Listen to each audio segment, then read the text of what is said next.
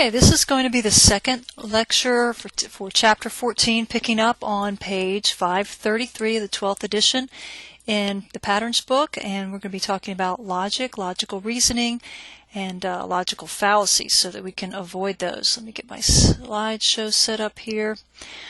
Alright, so we're first introduced to deductive reasoning, and there's basically two kinds of logical reasoning. It's the way that we think through things and come up with conclusions that we believe to be true, even if you can't prove them. If you already have established a fact, you don't need reasoning. So we learn some things through logic. 533 says the first form is deductive. This is as old as Socrates. He's the one that came up with this thing called a syllogism. I would love to give you some good background on this. He's a Greek philosopher, and he was in a time when the Greek men were great thinkers, but they didn't know for sure whether they could know truth. They had rejected Greek mythological gods as being the source of truth, but they weren't sure how to find out. So Socrates came up with this deductive way of thinking, and he says if you have this it starts with this major premise. There's an example here, but there's also one in your book, 533, and it's a general category. If you know this to be generally true and everybody accepts this to be a fact, then you can take this particular specific situation called a minor premise, and from that, if it fits in that category of the bigger one, you can know it's true. You can draw that conclusion. So let's just take a look at some examples. All right, the major premise in our example is that tyrannical rulers or tyrants deserve no loyalty. That's something that pretty much everyone would agree is true. If they're a tyrant, they don't deserve loyalty. Then you take a particular instance, in this case, King George III. He was the King of England when before the United States became the United States, and the colonists thought he was a tyrannical ruler. So if you can fit him into that category, which is what the Declaration of Independence does after it talks about our inalienable rights, it says all the reasons why George III is a tyrant. This is about 14 reasons, gives evidence. And so if he fits that category, which the Declaration of Independence argues that he does, then he, by logical reasoning, deserves no loyalty. And what you have to remember is that deductive uses a general large category of truth and tries to apply that to a specific situation. In your book it has all Olympic runners are fast. If you watched any of the Olympics, you know that's true. And then you take an individual, Jesse Owens, put him in that category, he's an Olympic runner, we can conclude that he was fast. And that's, of course, been historically proven. But you can have problems with deductive reasoning. There are some ways in which it doesn't work. If you don't do your premises right, like if you take two major categories, you're not going to get a correct conclusion. All dogs are animals, all cats are animals, therefore all dogs are cats? No, but that's because you didn't take a specific animal and put it in the dog category. Or you have totally a false premise. Major premise isn't true. All dogs are not brown, so you can't start with that. If you start with a false premise, then you have a false conclusion. So there can be errors if you don't follow the formula correctly. Large category, a particular situation that fits that category, then you can draw a logical conclusion. But you have to provide evidence sometimes. The second kind is inductive reasoning. And this is where you take a particular situation, you start with that, and then you form a general conclusion. And this is the scientific method. You start with a question or a hypothesis. You go, that happened in that situation. I wonder if it would happen again, or if it would happen all the time. And when something comes up new and there is not already an established accepted conclusion, or maybe there is and this doesn't fit that. If we have wow, I can't even think of a hypothetical right now, so let's look at the book because they already have done that for us. You see a situation and there's a busted window in the living room, and you think, I wonder how that happened.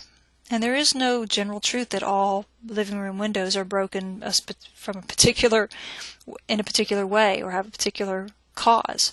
So you have to look at the evidence. Well, there's a baseball on the living room floor. It wasn't there this morning.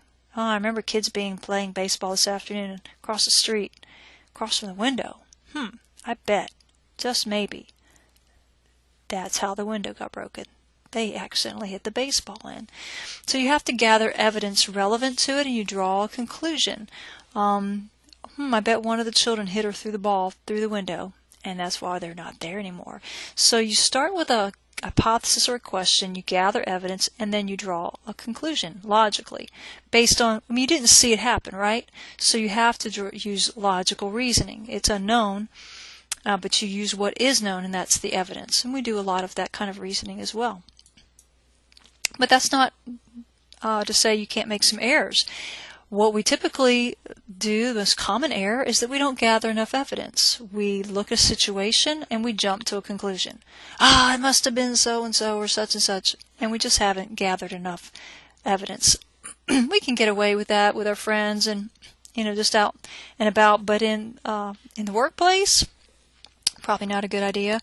At the college level, we don't accept that. You have to gather sufficient evidence. You have to consider that there might be other possibilities besides the one that you think is probable, and an argument paper is just going to present evidence for your hypothesis. That's really all you have to do, and show that you have sufficient evidence to support that. Look at the word thesis in there, hypothesis, hypothesis, your claim. And the error on this is when you don't gather enough evidence to support it. Now, there's something called Toulmin logic we want you to be familiar with. It is more modern. It's the philosopher Stephen Toulmin, and this is the words that he uses for an argumentative strategy. We do use the word claim a lot. Main part of the essay, a thesis, has a claim. You make a claim for something. And then you have grounds, which are your evidence, and your appeals. So it combines that. Grounds are the evidence and the appeals that you make. Like, remember the appeals from the other video? Emotional appeals, ethos appeals, and logical appeals. The warrant, though, this is the part that he adds to this whole equation, this whole idea of argumentative strategy. It's this sort of, they call it an inference. It's an assumption that connects the claim to the grounds. Sometimes you assume that connection is already there, and sometimes you have to actually state it. Look at the example in 537. The claim in this first example with Carol is that she's the right person for the job of class president. Now, that's debatable. Other people think that someone else should be elected. And the reason that this person has the claim is that because she's an honor student. Well, that assumes that being an honor student makes you a good class president. And that's that warrant. Let's look at the King George example, because it's just put in a different way. King George III, here's our claim, deserves no loyalty. And the way we go about that is we start with the claim, and then we provide evidence for the fact that he's a tyrannical ruler, assuming the warrant that you already understand that and agree that tyrannical rulers don't deserve any loyalty. So it's just a different way of arranging it, but it's still logical. What we want to avoid are fallacies, and this can be really long, and it is on the quiz, so make sure that you review this in your book. I'm just going to try to explain what they mean and look at the examples. There are a lot of fallacies. It's illogical statements that sound reasonable or true, but they're not. They may be very deceptive. First one's called begging the question. This is when you assume the statement is true. You talk as if it already has been proven when it hasn't, and it requires proof. But it's presented in a way that sounds like it's already factual. The example in your book is unfair and short-sighted legislation that limits free trade is a threat to the American economy. Well, that's a nice claim, but it's already begging the question that legislation is unfair and short-sighted without offering any proof, because the claim is based on the fact that the legislation is unfair and short-sighted. If it's already been proven, then it wouldn't be begging the question. Arguments from analogy. It's when you have what we call, it's not an apples to apples comparison. It's when people say, well, it's just like so-and-so, and they just disregard or ignore some important differences. The example in the book reads, top of 538, The overcrowded conditions in some parts of our city have forced people together like rats in a cage. Like rats, they will eventually turn on one another, fighting and killing until a balance is restored. It is therefore necessary that we vote to appropriate funds to build low-cost housing. Sorry, but people do not behave like rats. Under these conditions, they're not going to turn on one another, fighting and killing each other. That's just a really poor analogy. So you have to be careful that on analogies that just don't work. They're not logical. Personal attacks. Oh boy, it's campaign season right now. That is tempting, and it happens. It's to get away from the facts of an argument by attacking their motives or the character of the person, instead of dealing with the facts of the argument. The example in the book is the public should not take seriously Dr. Mason's plan for improving county health services. Why? He's a former alcoholic whose wife recently divorced him. Okay, that's sad, but does that really have anything to do with how good his plan is? Not at all. And it's a total distraction. The fact that his wife divorced him or he's a former alcoholic does not logically have any connection to how good his plan is. And that's why it's a logical fallacy. It's a distraction. It's using an emotional appeal that you might be that's negative instead of looking at the plan itself logically. Jumping to a conclusion or a hasty generalization, that's when you jump to you do what we were talking about a while ago. You just jump to a conclusion. You don't have enough evidence. Because our son benefited from homeschooling, every child should be educated in this way. And that's when we take some individual experience, positive or negative, try to project it on everybody else without any support. False dilemma, this is kind of manipulative. It's when they draw a line. There's only two choices. You must choose between life and death, between intervention and genocide. No one can be neutral when there are really actually some other options. So it's a false dilemma. Equivocation. This is when they change the meaning of the word, and it's kind of critical. In the sample you have in 539, it's the word human that's changed. As a human endeavor, computers are praiseworthy, even remarkable, but how human can we hope to be if we rely on computers to make our decision?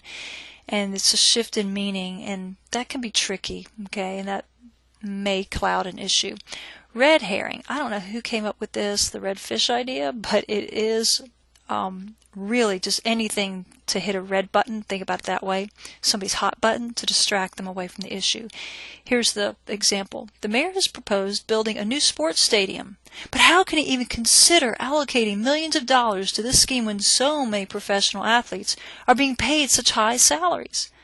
Well, that's just trying to push somebody's hot button and make them mad about high salaries of athletes. But that really has nothing to do with whether a sports stadium for that city is a good idea or not, because it won't have any impact on what professional athletes get paid.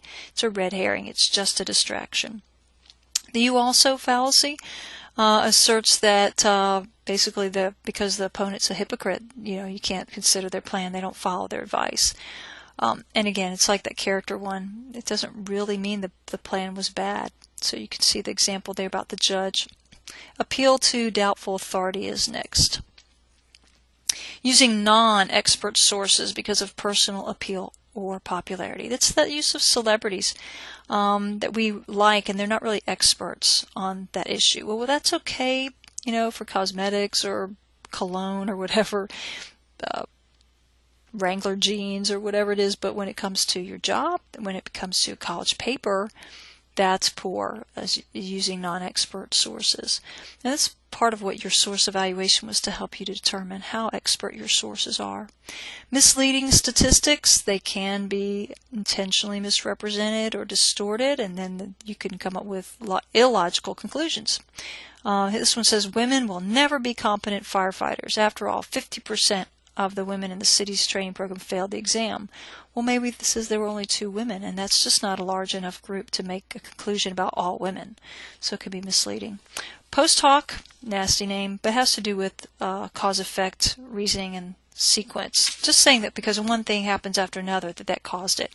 I am always reminded of some of the older DirecTV commercials from last year about the guy who is mad about his charter bill, so he goes out to play tennis, or not tennis, it's inside, I can't racquetball, and he gets an injury, and then he has to get an eye patch, and he gets on the train, and he gets mugged, and they go, don't get charter, don't get mugged, you know. That's post hoc reasoning. It's funny to watch, it's laughable, but it's the kind of reasoning that says just because one thing came after the other, that is this chain of events. It's a cause-effect relationship. The last category is non sequitur. It's just the general category of, you know what, that just doesn't make any sense. It's not logical. It's not rational, it's not logical. So we have that general category. And you have a quiz that asks you to match up some of these terms. So make sure you have your book handy and you review this to understand what the difference is between them. Okay, to finish out the chapter, again, transitions are always important, and they're very vital to helping communicate reasoning. Okay, so we're not comparing and contrasting now necessarily, we're showing connections, and that's important for reasoning and logic. Key ones are there listed on the bottom of 540. A few of those are things like therefore, which is a concluding word, as a result, for instance, in summary, nevertheless. Those are important. And your structure, because this is logically based, must have a clear logical structure. It's hard to give you an exact outline, but you do need to provide background on the controversy and your topic in the intro. You need to state that thesis claim at the end that states your position on the topic with your points, your reasons. This could be swapped. Body A, which is just all the paragraphs to make your points, could be the opposing viewpoints, or could be your points that you're trying to make with evidence and reasoning, but you do need to have both, at least a little bit, and mostly it's body A, points with evidence and reasoning, and that's where your evidence is, and it'll need to be cited because this assignment requires outside support from research. Conclusion will reaffirm that thesis and end with a strong closing statement.